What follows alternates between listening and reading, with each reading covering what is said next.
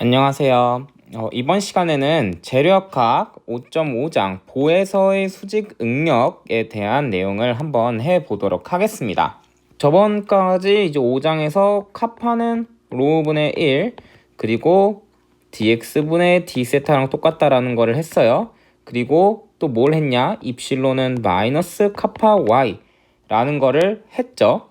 자, 이제 더 나아가서 입실론과 카파의 관계를 했으니까 이제 남은 거는 모멘트, 이제 힘에 해당하는 거, 그리고 응력에 해당하는 시그마, 그리고 입실론, 그리고 카파, 이 네 개의 관계식들을 이제 세워야 합니다. 자, 그 전에 문제가 하나가 이제 생겨요. 어떤 문제가 생기냐면 입실론은 마이너스 카파 y라는 식을 우리가 알아왔어요. 그럼 이게 무슨 얘기냐면 보가 이렇게 하나가 있을 때 얘가 순수 굽힘을 받고 있어요. 그럼 보에 한 점을 찍었을 때 수직 응력을 구해올 수가 있게 된 겁니다. 우리가 어떻게 구하냐면 공률을 일단 구해와요. 공률. 그 다음 중립축의 위치로부터 거리 y를 이 식에 넣으면 되는데 문제가 뭐냐면 그럼 중립축이 어디 있냐라는 문제가 생깁니다. 중립축이 어디 있냐? 보가 굽으면은 위에는 줄어들고 아래는 늘어날 텐데 그러면은 어딘가에 변하지 않는 축이 있을 거고 그 축이 도대체 어디 있겠느냐라는 질문에 대한 해답이 필요합니다. 그 위치를 알아야지 이 y 값을 우리가 정해줄 수가 있는 거예요. 그럼 이 문제를 어떻게 해결을 하냐? 시그마는 이 입실론이라는 식이 있었죠. 시그마는 이 입실론. 이 식 하나랑 플러스 뭘 이용할 거냐면요. 우리가 지금 다루는 거는 순수 굽힘이다라는 걸 이용을 할 겁니다. 자, 지금부터 이 두 가지를 이용해서 중립축의 위치를 잡을 건데요. 이 얘기는요. 곧 얘와 얘가 가정이 되지 않는다면 지금부터 구하는 중립축의 위치는 그때랑은 다를 거라는 이야기입니다. 얘네 둘이 만족한다면 중립축의 위치는 지금부터 이렇게 될 거다라는 이야기를 할 거예요. 자, 어떻게 할 거냐? 그림을 하나 제가 그려왔죠? 항상 그랬듯 그림에 대한 이해가 필요하기 때문에 이 그림이 뭔지 설명을 해드릴게요. 얘는요. 보가 이렇게 하나가 있는데 똑같은 모멘트를 받고 있어요. 순수 굽힘이기 때문에 M이에요. 이 상태에서 잘라가지고 일부만 이렇게 가져온 겁니다. 일부만 이렇게. 그래서 이렇게 일부만 얘가 이거를 가져온 건데 순수 굽힘이기 때문에 이 일부가 받고 있는, 즉 얘가 받고 있는 이 모멘트의 크기도 M이어야 합니다. M이라고 쓸까요? M0? M이라고 쓸게요. 그냥 M. 그래서 얘 보 M을 이렇게 받고 있고 이 공간을 제가 띄워온 이유는 여기다 뭔가를 그릴 거기 때문에 그렇습니다. 이 요소가 M을 받는다면 보가 이렇게 있던 보가 이렇게 휠 거잖아요. 그래서 이 단면도 변화를 할 겁니다. 이렇게 변화를 하겠죠. 이런 식으로. 그쵸? 그러니까 조금 자세히 설명해 보면 이 보가 이렇게 웃는 형태로 변화를 할 거니까 이렇게 일직선 되어 있던 건 이런 대각선 형태가 될 거예요. 그래서 보가 이렇게 대각선 형태로 될 건데 얘를 좀 이렇게 표현을 해줘 볼게요. 한 중립축이 어딘가에 있다고 가정을 해봅시다. 일단 중립축 여기 빨간색. 그러니까 이 빨간색의 위치를 알아내는 게 되게 중요한 거죠. 이 빨간색을 기준으로 이 아랫부분은요 늘어날 거예요. 여기는 인장을 할 거고 이 윗부분은 압축을 할 겁니다. 그러니까 압축을 이제 이렇게 그려줄게요. 이런 식으로 이렇게 눌린다라는 표현을 이렇게 해주고 인장도 이렇게 표현을 해줄게요. 늘어난다라는 표현. 그러니까 이렇게 될 겁니다. 그리고 우리가 입실론은 마이너스 카파 y이기 때문에 이 일직선으로 이렇게 증가를 하는 거예요. 압축되는 양과 인장되는 양이. 자, 이건 한번 생각을 좀 해주시고, 자, 이 상태에서 이게 지금 변형률인데 거기에 응력을 제가 그릴 거예요. 응력을 표기를 할 건데 이게 만약 이제 입실론 값들이에요. 그 점들마다. 근데 여기에 시그마는 이 입실론이기 때문에 탄성계수 2를 곱해준 값만큼 이제 길이들이 늘어날 겁니다. 그쵸? 근데 그 그림을 그냥 이거를 쓸게요. 자, 무슨 얘기인지 이제 조금 이해가 되시나요? 그러니까 응력 그림을 제가 이 보가 이렇게 휘었을 텐데 이 보 휜 모습을 응력을 이용해서 그려주면은 이런 그림이 될 거다라는 겁니다. 여기가 가장 큰 응력일 거고, 그리고 여기가 가장 큰 인장 응력, 압축 응력, 그리고 여기서는 응력이 0이겠죠? 변형률이 0일 거니까. 그래서 이런 식으로 이제 우리가 응력을 그려줄 수가 있다라는 겁니다. 보의 면에다가.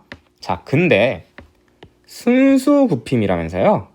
그럼 순수 굽힘은 보 전체에 걸쳐서 일정한 굽힘 모멘트를 받아요. 자, 근데 이때 중요한 게 굽힘 모멘트만 작용을 해야 되기 때문에 순수 굽힘이라면은 충력이 0이어야 됩니다. 충력.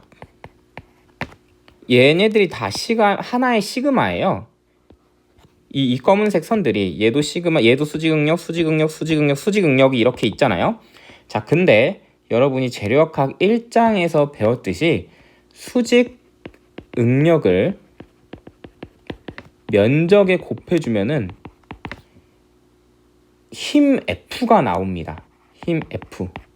이거 이제 우리가 봉에서 했죠. 봉에서 이렇게 수직응력들이 있다면은 이 시그마에 곱하기 A를 하면 F가 나오는데 지금 문제는 뭐냐면 순수 곱힘이기 때문에 충력이 없어야 돼요.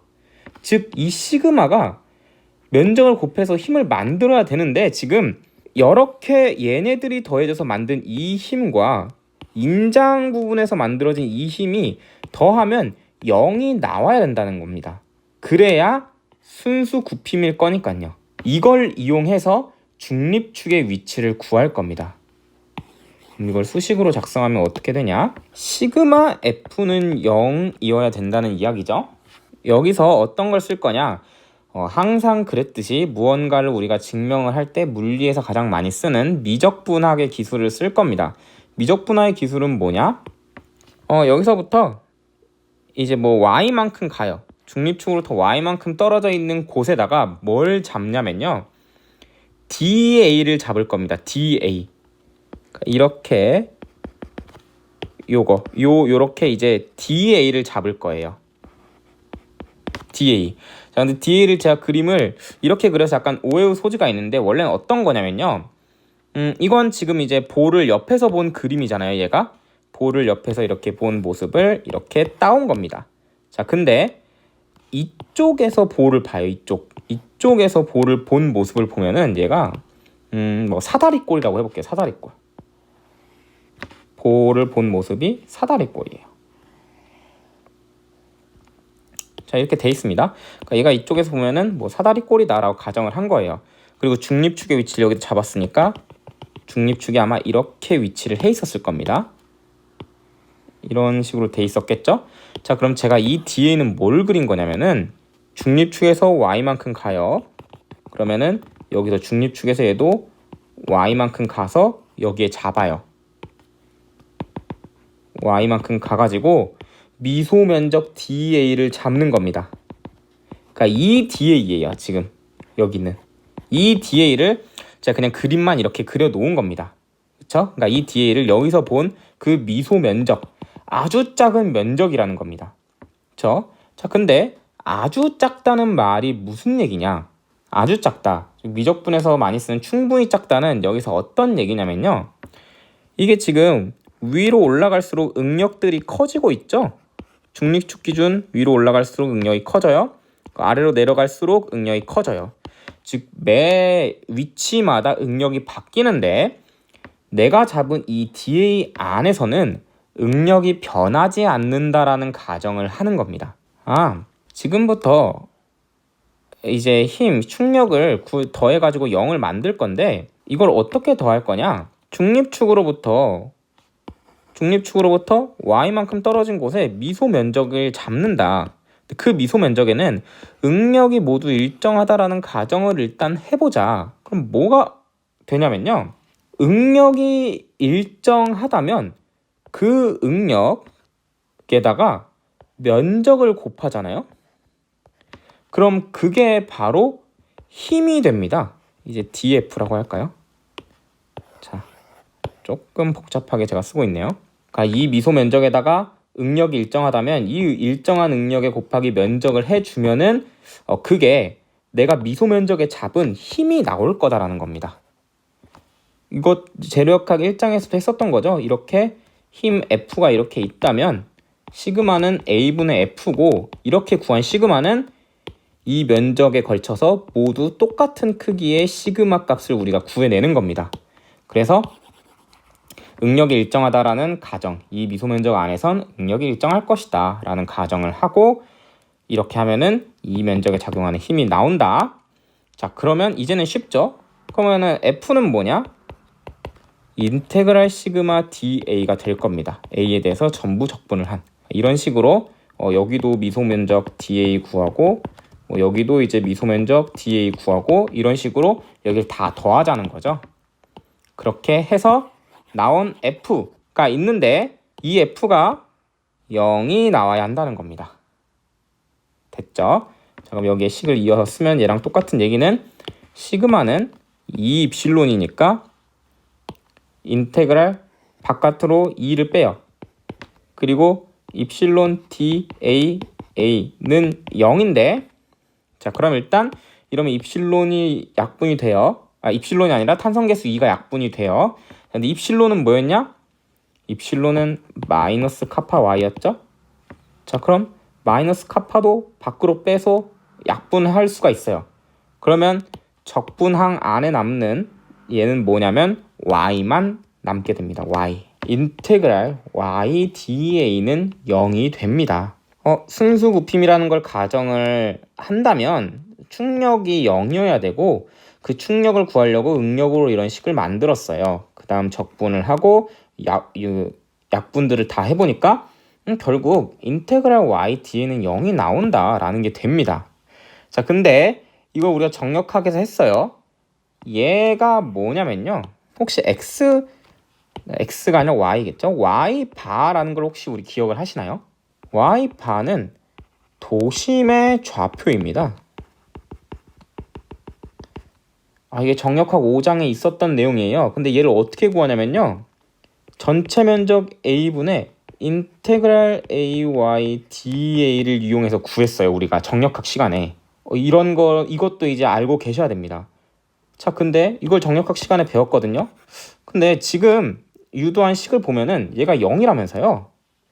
그러면은 얘가 0이 나온다는 이야기입니다. 이거 무슨 얘기냐면 이게 도심의 좌표가 0이 나온다는 얘기예요. 도심의 좌표가 0이 나온다는 이야기입니다. 이게 무슨 얘기죠? 이게 약간 정력학이 잘 기억이 안 나시면은 조금 어려울 수 있어요. 이 과정을 넘어가 봐야지 계속 나오는 어떤 비슷한 논리거든요. 그래서 이걸 좀 넘어가 보셔야 됩니다. 자, 이게 무슨 얘기인지 설명을 해볼게요. 이게 직사각형이 있어요. 직사각형이 이제 여기가 길이가 2고 높이가 4예요. 자, 그러면 제가 이거를 이제 주변 사람들한테 이 얘기를 설명해 줄 때 이 예시를 가장 많이 들어요. 도심의 좌표는 뭔가요? 도심의 좌표. 그럼 제일 많이 나온 대답은 1,2입니다. 도심의 좌표가. 이제 도심의 좌표가 1,2다. 근데 1,2라는 게 이제 도심은 여기 정중앙이잖아요. 자, 근데 도심의 좌표가 1,2라는 거는 무슨 얘기냐면요. 이 점의 좌표가 1,2라는 거예요. 자, 그럼 사실 우리가 이걸 의식하지 못했을 수도 있지만 여기를 우리가 원점으로 두고 도심의 좌표를 계산을 한 겁니다. 사실 이 도심을 구하기 위해서 여러분들이 어떤 식을 작성을 할 때 여기를 원점으로 잡는다는 가정을 항상 합니다. 이제 예제 같은 거 풀 때는 해설지에서. 그러니까 우리가 도심을 1,2라고 말하려면은 기준점이 하나가 필요하구나다라는 이야기를 해야 돼요. 만약에 여기를 기준으로 도심을 구하면 1,-2가 나올 겁니다. 그쵸? 자, 그럼 다시 원래 얘기로 돌아와서 얘는 무슨 얘기냐면요. 이 y 있죠? 이 y는 우리가 뭘 기준으로 했냐? 중립축을 기준으로 한 겁니다. 여기 써줄게요. 이 y는요. 중립축 기준으로 구한 거예요. 근데 그렇게 해서 구한 게 도심의 좌표가 0이 나와요. 지금 무슨 얘기냐? 얘를 보면은 도심의 좌표가 1,2라는 건 내가 잡은 기준으로부터 오른쪽으로 한 칸, 위로 2칸을 갔다는 이야기예요. 그러면 중립축 기준으로 도심을 구했는데 0이야. 이건 무슨 얘기냐면 중립축 기준으로 위로 0칸 가면 도심이 나온다는 이야기입니다. 좀 빡빡하게 쓰긴 썼어요 지금. 중립축을 기준으로 이렇게 잡아서 0이 나왔으니까 중립축 기준으로 위로 0칸 가면 도심이야? 그럼 중립축의 위치는 어딘가요? 중립축의 위치가 도심이랑 똑같다라는 결론이 나옵니다. 이게 정답입니다. 우리가 처음에 던졌던 질문. 중립축의 위치는 어디냐? 그 단면, 이 단면 또는 아까 제가 이제 사다리꼴이라고 그랬죠. 단면을. 사다리꼴의 단면에 도심을 구하면 된다라는 겁니다. 중립축은. 입실로는 마이너스 카파 y를 구할 때 중립축의 위치를 구해줘야 되는데 그 중립축의 위치가 도심이구나 라는 이야기가 되는 겁니다. 이번 강의에서는 여기까지 이야기를 하겠습니다. 다음 거를 나가기가 시간이 약간 오래 걸려요. 다음 내용이. 그래서 여기까지 하고 좀 이게 이 필기 자체가 이제 좀 복잡하지만 여러분들이 정리를 해서 핵심은 도심은 중립축이다. 이 나온 가정이 시그마는 입실론 그리고 순수급힘 때문에 나온 거다라는 거. 그리고 이 과정을 쭉 여러분이 스스로 생각해서 납득이 되면은 될 것 같습니다. 여기까지 복습 잘 해주시고 저는 다음 강의에서 뵙도록 하겠습니다. 감사합니다.